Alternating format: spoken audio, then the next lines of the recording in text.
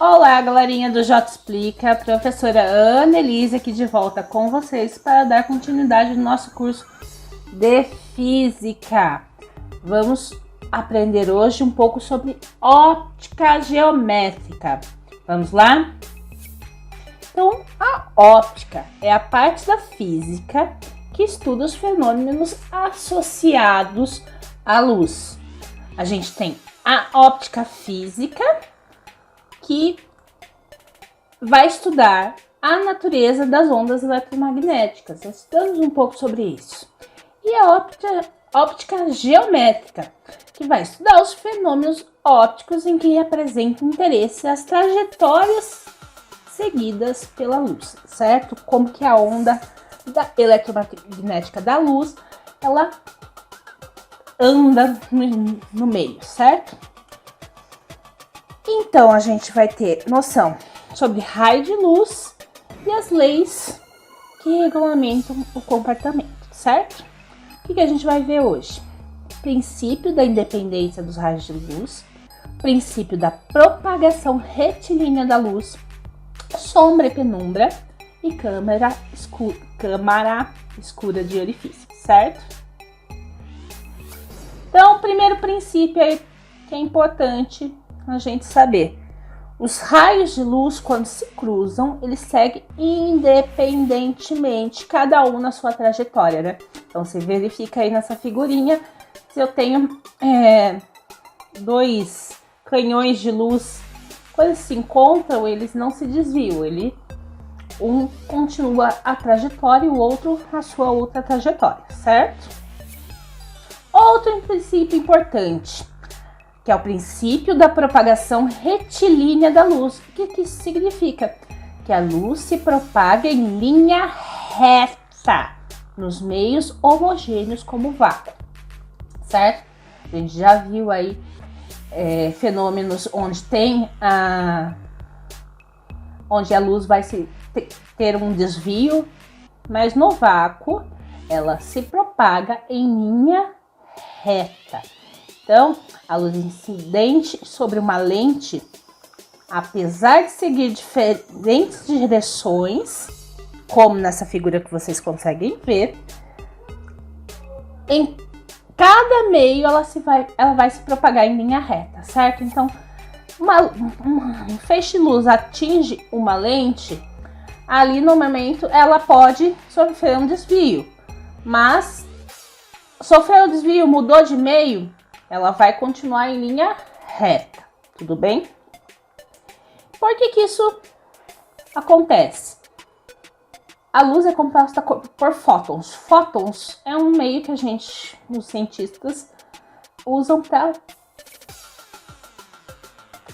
definir um pacotinho de luz, certo? A gente não usa mol na química, então fótons, pacotinho de luz. Então, os fótons, eles se movem no vácuo, sem colisões, e tendem a manter o movimento retilíneo uniforme. Então, como a luz é formada por pacotinhos de energia, chamados fótons, a luz se propaga em linha reta, tudo bem? Importante, né? A gente falou em meio homogêneo, então vamos definir aí os tipos de meio. Meio homogêneo é aquele que apresenta as mesmas características em todos os elementos de seu volume, certo? Ele é homogêneo, não muda em um ponto ou outro.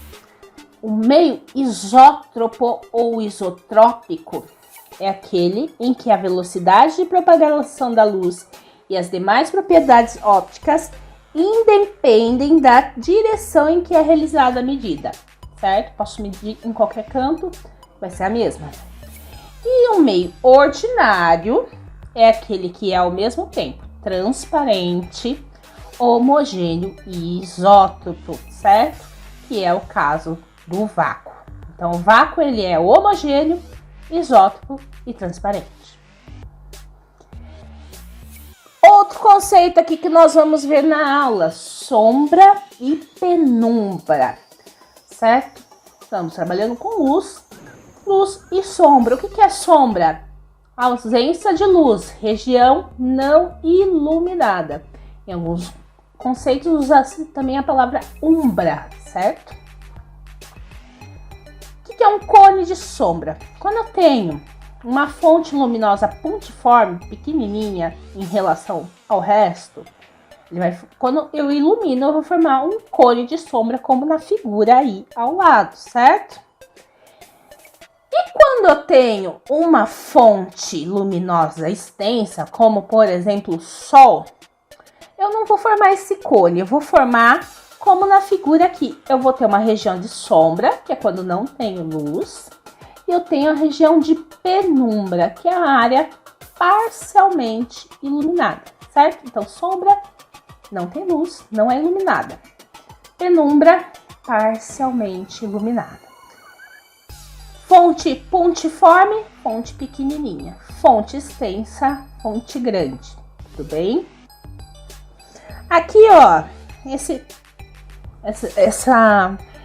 esse conceito a gente usa para pensar nos eclipses solares e lunares, certo? Então, aí você tem a imagem do eclipse solar, que é quando a Lua fica entre o Sol e a Terra, certo? O que vai acontecer? Vai formar uma região naquele ponto escura. Vai anoitecer durante o dia. O último que teve, se eu não me engano, foi em 99, que daí a Lua entra na frente do Sol e escurece. No meio do dia escurece totalmente. Esse tipo de eclipse total, certo, gente? O que acontece às vezes é o eclipse parcial, é quando a Lua entra na frente do Sol, mas não totalmente, não chega a cobrir o Sol completamente, certo? E eclipse lunar, que é quando a Lua some do céu. O que acontece? Ela vai andando, né? E aos poucos ela vai sumindo, de repente você não enxerga a Lua no céu. Por quê? Porque ela vai para a parte de sombra. Então ela tem o Sol, a Terra e a Lua se esconde atrás da Terra numa angulação que a gente não consegue mais vê-la, certo? Então esses conceitos de sombra, penumbra são importantes para entender aí o eclipse solar e o lunar, que é bem cobrado em provas. Também podemos pensar nas fases da Lua, né? Que também é a parte iluminada da Lua e a parte da sombra vai dizer aí qual a fase da Lua, né? Se é cheia, nova, crescente, minguante. Mesmo raciocínio. Próximo conceito, câmara escura de orifício, certo? O que é isso? É um equipamento formado com uma caixa de paredes totalmente opacas, vocês podem fazer isso em casa, hein? Sendo que no meio de uma das faces existe um pequeno orifício. E esse experimento é usado para comprovar o princípio da propagação retilínea da luz. Na apostila explico melhor, mais esmiuçado. Mas o que é importante saber sobre a câmara escura de orifício, certo? Ela é uma câmera fotográfica rudimentar, né? É o princípio do início da câmera fotográfica, certo? E o que eu tenho?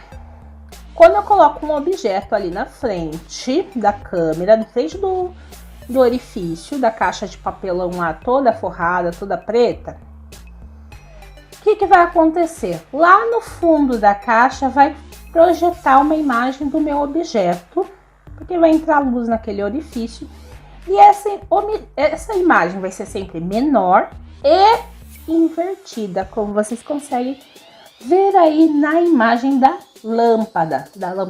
vela, desculpa, gente. Então, eu tenho na imagem do meio aí uma vela, certo? Que é o meu objeto, na frente da minha câmera. Ela tá com uma distância P do objeto até a câmera, certo? A distância P' é o tamanho da minha câmera, certo? E se vocês observarem, tenho a vela desenhada de ponta cabeça pequenininho ali no fundo da minha caixa preta, da minha câmera escura de orifício, certo? Então, daí eu consigo tirar uma relação, que é o tamanho do objeto O dividido pelo tamanho da imagem I é igual o P, que é a distância do objeto até a caixa, dividido pelo P', que é o tamanho da caixa, certo? Isso aí vai ser importante, a gente vai ver exercícios. Então, vamos lá. Exemplo.